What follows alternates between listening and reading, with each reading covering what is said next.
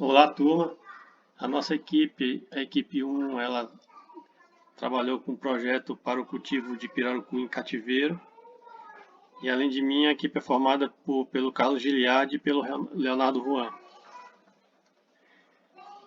Primeiro vou falar sobre o sistema produtivo, né? E por fim, o Carlos Giliardi vai falar um pouco sobre o manejo alimentar do pirarucu. E aí o nosso sistema produtivo ele engloba todas as fases, né? O ciclo reprodutivo, a levinagem, a recria e engorda. Bem, a reprodução do pirarucu ela é totalmente dependente do clima, né? O pirarucu, diferente de outras espécies, ele ainda não é possível induzir esse processo reprodutivo assim, de maneira artificial, né? Como ocorre com outras espécies aí, utilizando hormônios, por exemplo. E ele também é um peixe monogâmico. Assim, ele se reproduz formando um casal, né? Ele forma um casal e aí aquele casal vão fazer a fêmea vai fazer a desova e o macho vai fecundar aquela massa de ovos. E a gente precisa ter um viveiro para essa formação de casal. E esse processo ele depende da chuva, né? Dura 5 meses e ele pode depender muito, esse número de desovas. Pode ir de 3 a 7, né? Vários fatores podem influenciar. Então a gente vai trabalhar com uma média aí de 5, que seria um ciclo por mês. A gente também optou em trabalhar com a captura dos alevinos quando eles estão no começo do cuidado parental. Pode-se fazer de outra forma, tipo recolher a massa de ovos e fazer a incubação, mas o mais recomendado pela literatura, o que é o mais fácil, é capturar os alevinos.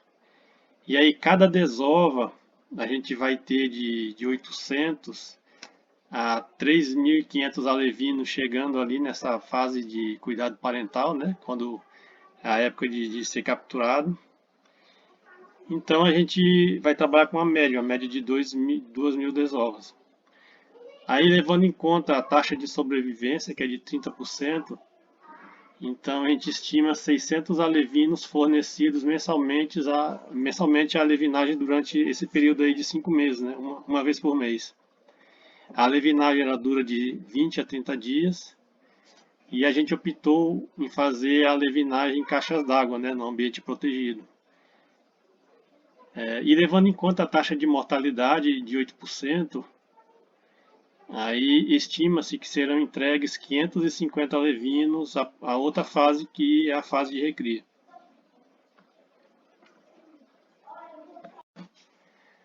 Aqui é como a gente vai fazer projetou o período de recria e engorda. A recria, ela recebe 550 levinos do processo de alevinagem, né?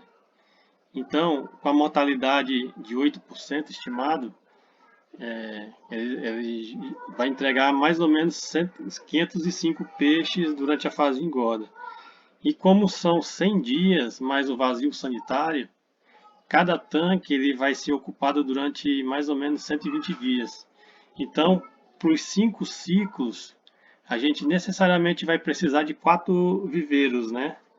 Para que a gente tenha esse ciclo mensal aí de produção.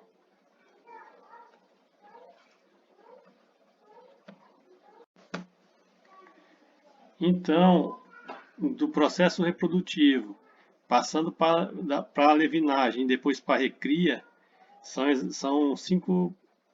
Isso ocorre durante 5 meses, né? Só que aí a gente precisa escalonar essa produção. Da recria para engorda, o que a gente fez? A gente fez uma repicagem.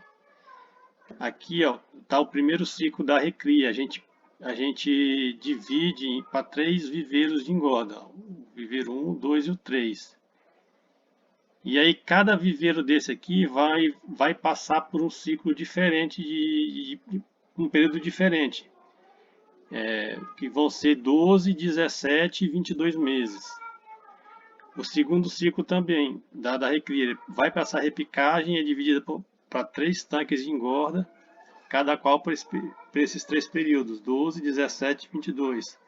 Já o terceiro, quarto e o quinto ciclo de recria, não, ele é repicado para 2 viveiros de engorda.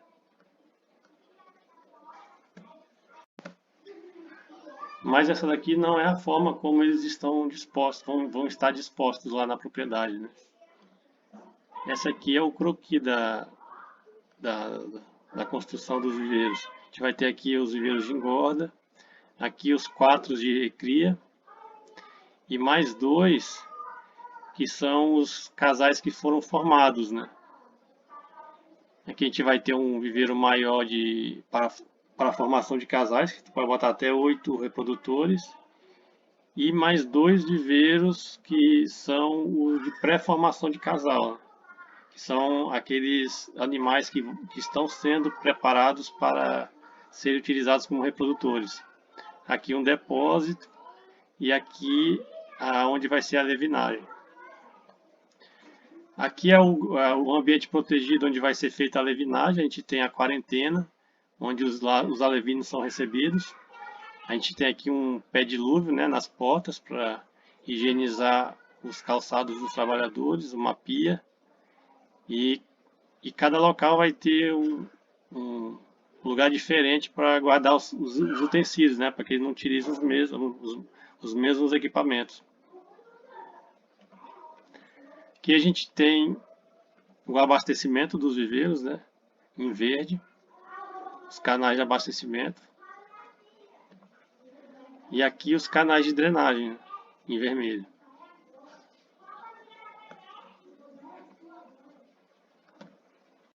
Bom, vou falar para vocês um pouco sobre o manejo alimentar, tá? Dando continuidade aí na apresentação. As espécies carnívoras, elas têm uma grande dificuldade em digerir a maior parte das ações que tenham uma alta concentração de ingredientes vegetais. No manejo do pirarucu, o produtor ele deve ter uma atenção, porque quando fornecidas em concentrações acima do recomendado, pode acontecer sérios problemas nutricionais com o animal, tá? As rações para os peixes carnívoros, elas devem possuir proteína bruta com uma variação de 40 a 48% e apresentarem um teor de gordura vegetal que é relativamente baixo, variando entre 6 a 15%, tá? Aqui na questão dos reprodutores, considerando seu hábito alimentar, características anatômicas e morfológicas, a recomendação é de que o pirarucu adulto ele seja alimentado apenas uma vez por dia, durante 6 dias da semana. Nessa fase, o produtor ele deve ter atenção em relação à porcentagem de proteína ofertada. Por quê? Porque a proteína ela é responsável por exercer um papel fundamental na maturação das gonadas, formação dos gametas, fertilização dos ovos e desenvolvimento inicial do ovo e da larva. Bom, na fase de larvicultura e alevinagem, os pirarucus eles consomem apenas alimentos naturais, de preferência que estejam vivos. Esse alimento ele é fornecido para o pirarucu em forma de concentrado de zooplâncton, com uma frequência de alimentação de 8 refeições ao dia, divididas entre os períodos diurno e noturno. Alevinos, quando eles estão em fase pequena, eles começam a formar instintivamente cardumes, tá? Para quê? Para que eles comecem a se alimentar. Nesse momento, é recomendado para que os animais eles comecem a se acostumar com a ração. É recomendado também para o produtor começar a fazer uma mistura de alimento vivo com ração. Quando eles estiverem aproximadamente 7 centímetros, eles vão começar a procurar presas individuais. É nesse exato momento que o produtor ele deve começar a realizar o treinamento alimentar. A estratégia para que os alevinos eles aceitem um novo alimento é oferecer uma partícula com sabor, textura e tamanho apropriado. Uma ração comercial de alta qualidade com aproximadamente 0,5 a 0,8 milímetros de tamanho. Vale ressaltar que essa transição ela deve ocorrer de forma gradual, né? O produtor deve sempre analisar o consumo dos peixes para que todos comam bem, tá? Ele deve ter essa preocupação mediante ao alimento que está sendo fornecido. Durante os primeiros dias de alimentação, todo esse manejo deve ser intercalado com o zooplâncton puro. Por quê? Porque alguns peixes eles demoram, né, algum tempo para que eles consigam aceitar a ração. Aqui a fase de recria ela é iniciada com alevinos entre 10 e 15 centímetros, quando já tem passado pelo treinamento alimentar e já estão aptos a consumirem rações secas. As exigências nutricionais dele em relação à proteína são determinadas dentro da fase juvenil. Essas ações elas devem ter a presença de no mínimo 40% de proteína bruta. Caso isso não aconteça, os peixes podem acarretar sérios problemas futuros. Falando um pouco sobre a engorda, as ações destinadas a essa fase elas devem conter entre 40% e 45% de proteína bruta. Por quê? Porque esses são os níveis empregados nas rações comerciais que são destinadas aos peixes carnívoros, né? O produtor ele deve ter atenção em relação aos níveis de proteína para que eles não sejam baixos.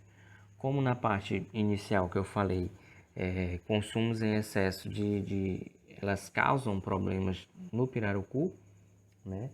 Caso seja abaixo também, ele também pode prejudicar o plantel, né? O que acontece aí?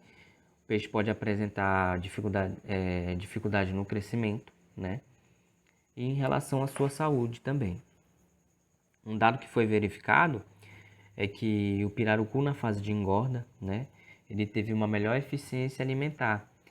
Quando foi que isso ocorreu? Quando ele teve acesso a peixes, camarões que estavam dentro do açude que ele estava, né?